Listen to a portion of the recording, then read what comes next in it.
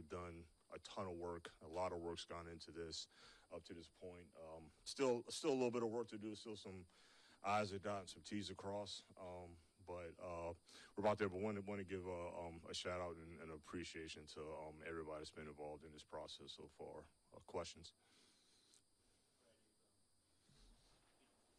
Said it's always about the right guy, and you'll pay the price for the right guy. We've seen you move up from 32 to 12. We've seen you move up from 28 to whatever it was last year. I'm curious, when you look at things and you kind of assess the right guys in the board, like how far, what kind of assets do you have? How far are you willing to move up to get that right guy in this draft if it plays out that way?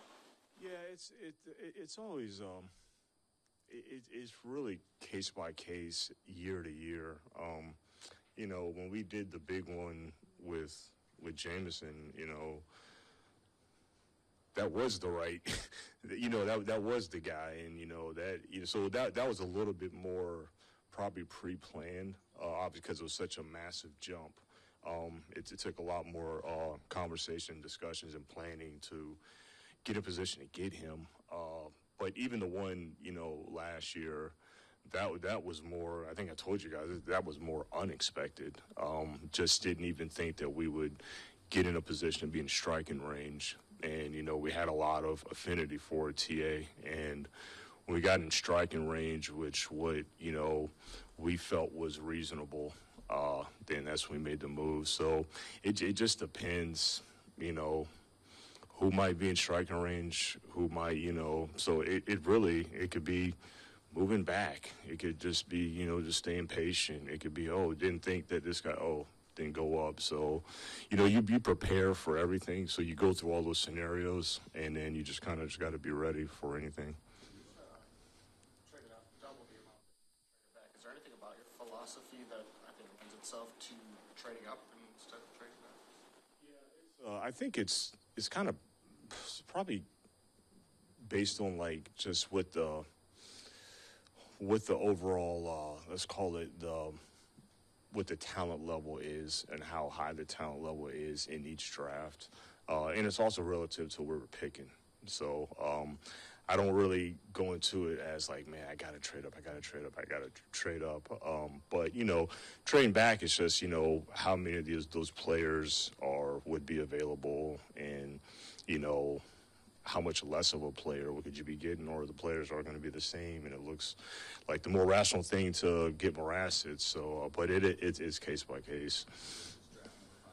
Yeah. You guys are in a completely different situation than you were before, roster-wise, asset-wise. Mm-hmm. But I don't imagine your philosophy has changed very much. Can you just share the biggest lesson maybe you've learned over the last 4 years and how that helps guide you?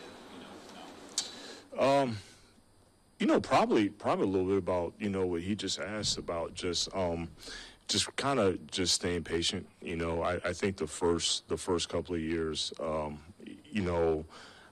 there was probably a little bit more because of where we were at as a roster, was like, man, like we need this, like I told you guys, I think at the time we needed everything.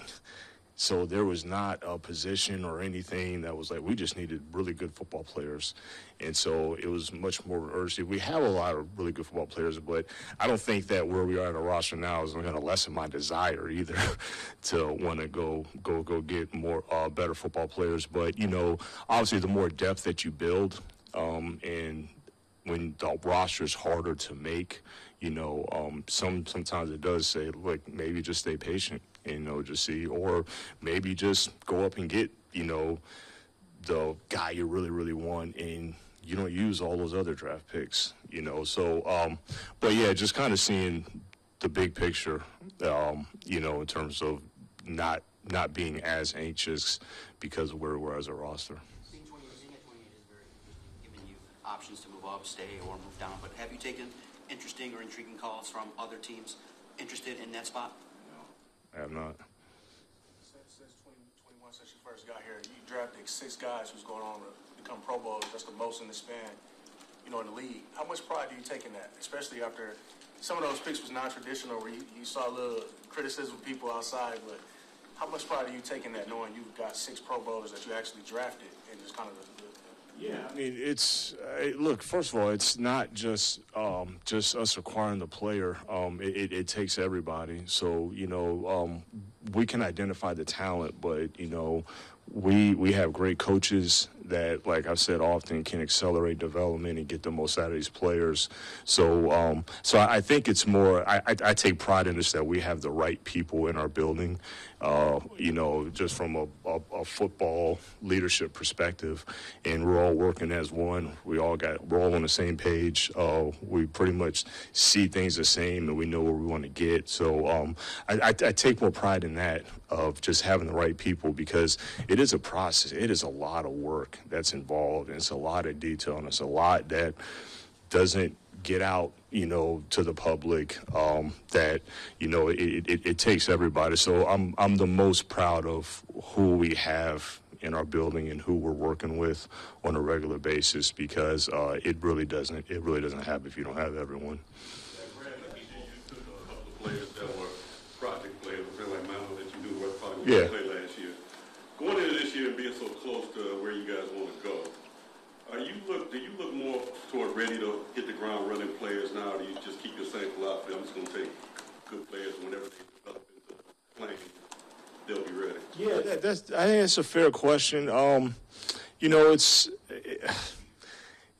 It's got to be the right project. It got to be the right developmental upside guy that might not be ready to go.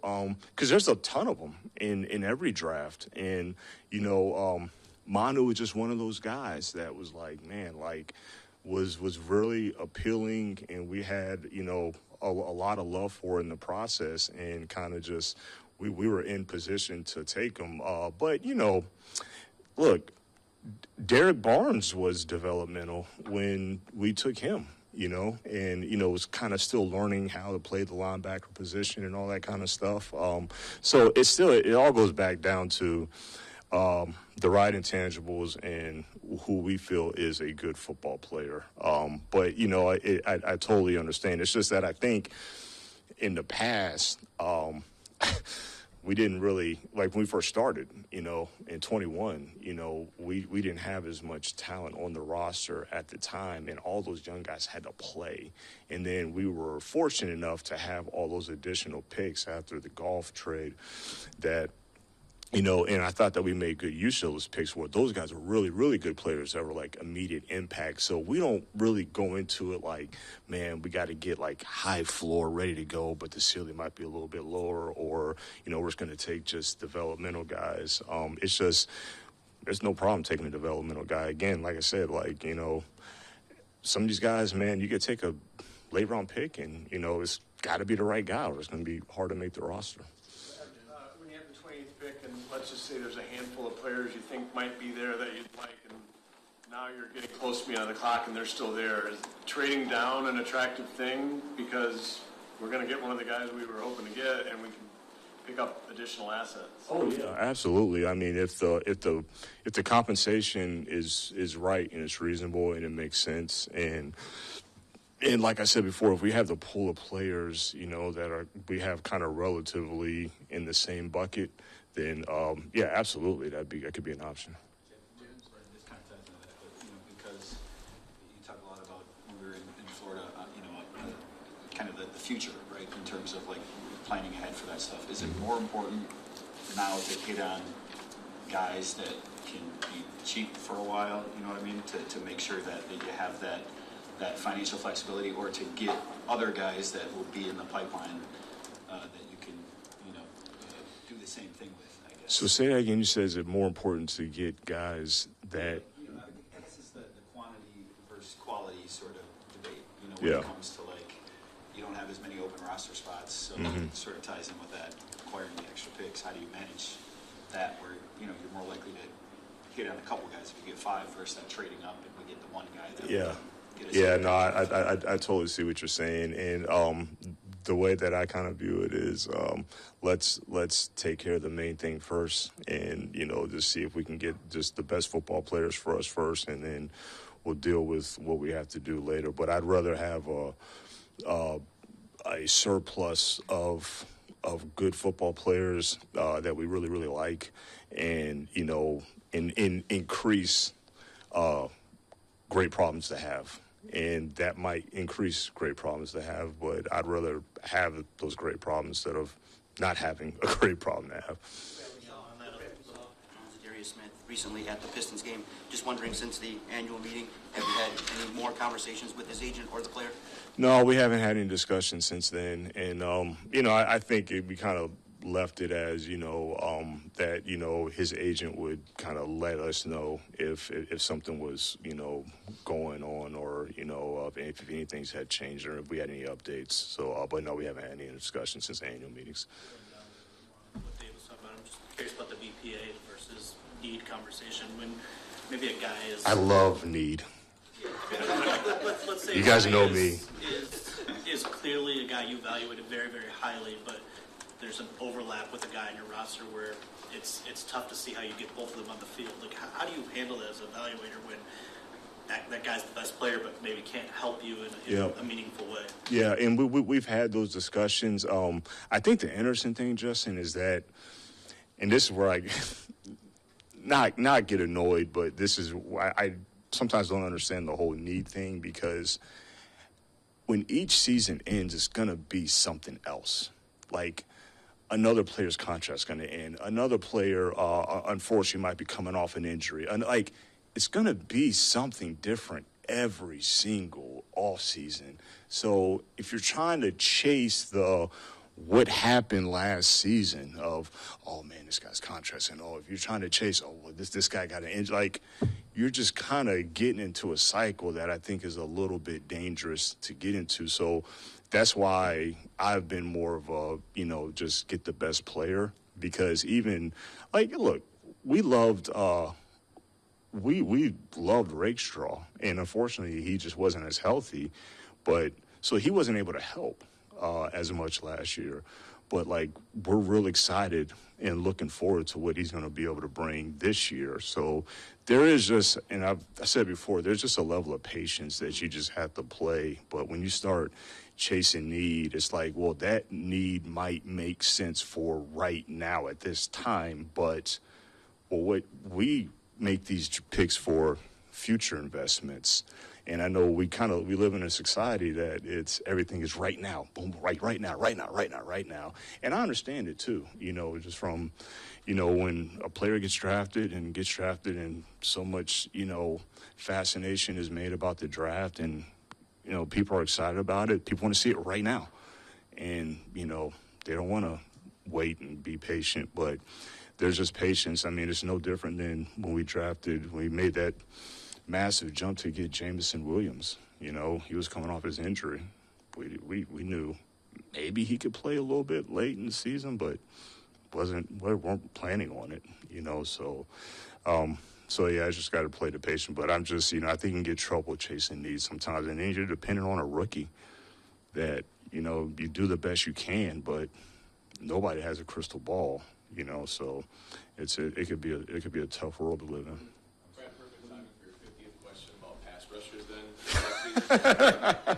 What do you make of the class overall, and is there a player or a group of players within this class, or maybe early in the favorites, that would make you celebrate if you were to land somebody like that in that draft room on Thursday? Yeah, I think it's some good players, at that position. I won't get into specifics or details of the actual players, but I know some will go before our pick, some might be available at our pick, and, just like previous questions that I fielded, might be opportunity to trade back, and then that position is there. But yeah, there's some good football players there. Same as I felt when I told you guys at the owners' meetings. Dan said he loves the receiver room, but would like to add some youth and competition. Are you guys in alignment on that? Yeah. I mean, obviously it's kind of like, we talk about corner, you really can't never have enough of them. And, obviously receiver, look, now the only thing about receiver is that I always felt like receiver is probably one of the more voluminous positions in each draft. So it's probably more of those guys, even like veteran free agents that are available after the draft as well. But yeah, I mean, just to add one, just continue to add youth, We're happy with the guys that we have, very happy with the guys we have. But obviously, it'd be great to get younger. When you make trades, whether it's trading up or trading down, you guys still use the draft chart that everybody has. Is that antiquated, or is that pretty accurate with the point value of Jimmy Johnson draft? Yeah, I think everybody. Well, I don't want to speak for everybody. I would think most people have a chart. We have a chart, but I do think it's probably more of your philosophy of how you use the chart. Is that I've spoken with teams during the draft, and they're like, the minuscule point is off, and it's like, come on, man, give me a break. And but that's their philosophy, where we're kind of like, it's in the range, and this is the player that we want, this is the deal we want to do, and then we do it. So if everybody has them, there's multiple charts that exist as well, but I just think what your philosophy is in terms of the usage of it. We're trying to figure out what you will do. What will you not do? Why is it so, let me ask you this, and I'm going to ask you a question.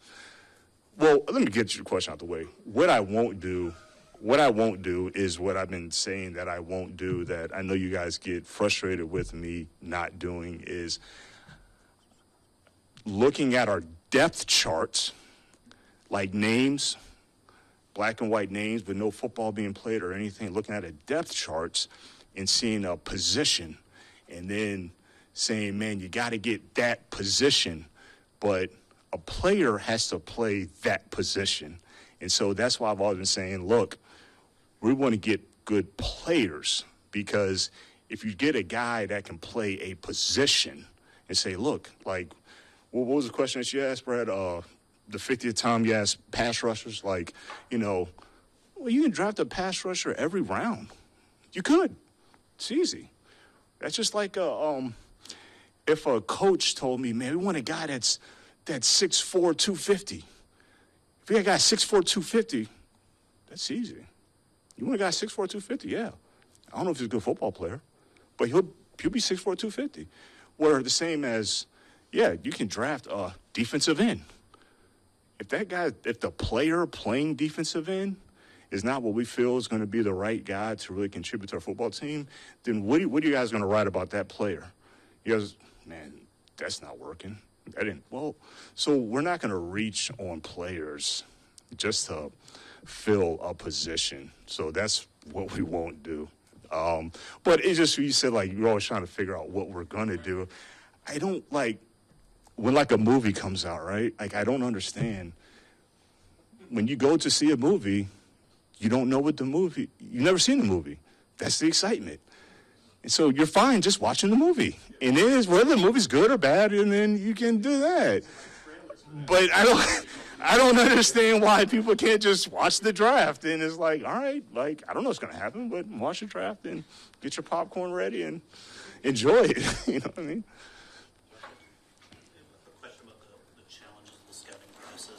I'm going to frame it around a specific player. I know you're not a big fan of that, but it's one of the ways to go work here. But Mike Green's got some, very serious accusations in his past that have amounted to nothing through this point. And so, what goes into your staff's process in the appearance of impropriety? How do you go and you get comfortable with a prospect that, maybe has some smoke and, not necessarily fire? Yeah, that's a good question. It's a lot more in depth and a lot harder than some people may think. And I do think it's case by case. I in terms of character evaluation, I wish it was as easy as seeing a headline. If that was that, it was that, and that was, but there's so much more depth and detail and research that's involved. It's literally, I tell our scouts, in terms of character, it's year round. It's a house you got to build year round, and it leads all the way up till the draft, really. So, but I do think I've always said it's case by case. Everything that you may read may not be what actually happened, and that's the actual details of it, or whatever the case is. But that's just it's case by case, but it's a lot of depth. It's a lot of research. You know, I don't want to get into specifics too much in terms of our process, but it goes so much further than, you know, what's available, you know, in the news. Yep. You guys, there are a couple of teams that don't do top 30 visits anymore, including Yep. your old place. You guys still do them. I don't know if you use all 30, but like, can you explain the value of them in that regard for you? Like, what do you get out of them? Why are they still an important part of your process? Yeah, no, and you know, look, I'm not surprised. I'm not surprised that Les, you know, goes that route. You know, back when I was there, we were doing them, but just knowing Les, I'm not surprised that he, you know, doesn't do them anymore. But I do think you still get some value there, in terms of, yeah, it gets put out in the media and it's like, oh, well, you brought this player, but those players are brought in for so many different reasons. It's, you know, it could be just the makeup. It could be, you know, how well they retain football. You know, it could be just the personality, how well they're going to fit in the locker room, because there are human beings, man. And, you know, there's human beings that you're going to have to work with. So it goes past just, you know, what their job is on the football on the football field. And so, and then it's human beings that you have to really invest in, and they're really young kids, you know, that may need some growing up or development here or there. So they come from all different backgrounds. So it's another opportunity to kind of just dig deeper into the human being besides just the 15 minutes at the combine. But obviously our scouts, you know, that's what I feel great about, is that our scouts do such a great job with that stuff, is that, you know, by the time we get to the combine, you know, it's pretty much, we kind of know what it is, but it's good to feel it too. I'm sure you're going to love this because you've already shot down all the pass rusher need, all the but when you're so close, when you work so hard to get here, and you filled a lot of needs, you filled the roster, you have a lot of depth, but when it looks so clear that you finished last year with a definite need at the pass rushing, you know, because of injuries and all that, and as you said, you never know what's going to happen, what the need's going to be in the future. Is it more so because of Aiden got hurt? Is that why this is such a big thing? Okay. You seem to have, you know, a reliable, you know, second option, and you made the trade. Obviously, you did what you could. Yep. But in this case, people are going to be screaming for edge rush help, and those guys are really hard to get. The really good ones. Yeah. Is this? I hate to say that, you know, one player away, that kind of stuff, but I mean, you look like you might have been one player away. Does that change at all as far as what you're willing to do, how far you're willing to go to get one of those premium guys? Yeah, again, it just has to be the right guy. And, you know, even if it was like, you know, it was the right guy at that specific position that we really wanted. Just because you might want it doesn't mean that you can get up there and get them. You know, there's been previous years where, you know, I know we did the Jameson Williams trade that was pretty far up there from where we were at. That hasn't been the only year that we've attempted to do that, not at that specific position, but just for a player. And it takes two people to do a trade. And, you know, if there's some teams that, you know, just don't want to go that far back. And so it takes two. So it's hard to say, like, you know, man, like, we should do this. And even if we wanted to, there's no telling that the other team's willing to go back. You said what?